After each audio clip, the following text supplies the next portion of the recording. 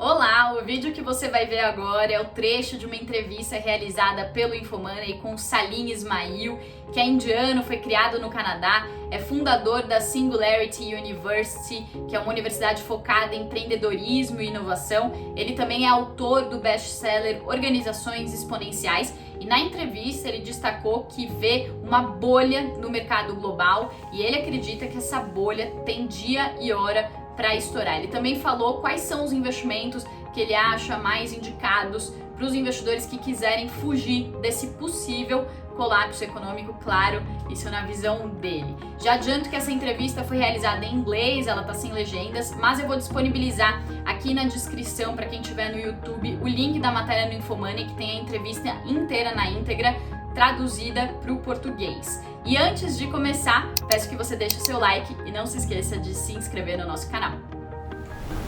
The global GDP in the US is about 11 trillion.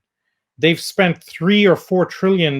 They've printed $3 or $4 trillion of money to deal with this. So they've deflated the economy. They've deflated the currency by about 30 or 40%. And that means you have a flight to safety, and the only safe place to go is equities and gold and Bitcoin. And so I'm a huge fan of Bitcoin right now and equities because people have to put their money somewhere safe. Keeping it in cash you will lose 40%. So we would expect the stock market to go up. It's just that everything costs 40% more over the next 2-3 years. So you are a fan of Bitcoins. Do you think it will rise in the next months? I'm a huge fan of Bitcoin. I've been tracking it for 10 years. Nobody's found a way of hacking it. And literally, you should look at it as digital gold. And we found for the first time digital scarcity with liquidity, right? It means that lots of people have access to it, which is why I think it's so powerful. If you have gold, only sophisticated investors, you have to have enough money to buy gold. Whereas with Bitcoin, anybody can buy Bitcoin. And there's a lot of money looking for a safe place to go. So I think Bitcoin goes to $50,000 in the next 6 to 8 months.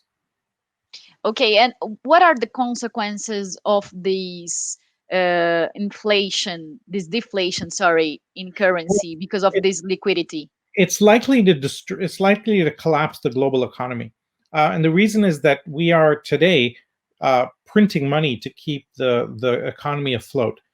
We are actually creating $4 of global debt for every dollar of GDP globally. Okay, and so that's been going on for about 15-20 years, and you can't just keep printing money. This entire economic boom since 2008 financial crisis is because of governments printing money.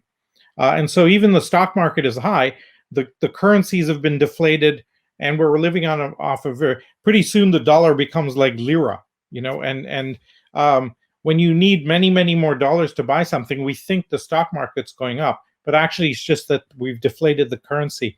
And at some point that whole thing collapses on itself. And the pandemic could be the thing that collapses the global economy. So do you think it is a bubble? Yes, I think it's absolutely a bubble. I think in the next 6 months, people are going to see a huge collapse in the stock market. 6 to 8 months maximum. Oh, and what do the investors should do in this scenario besides going to Bitcoins? Yeah, I think there's a real estate, gold, Bitcoin. You need to move your money into assets, basically, because assets will hold their value much better than and are a protective hedge against inflation.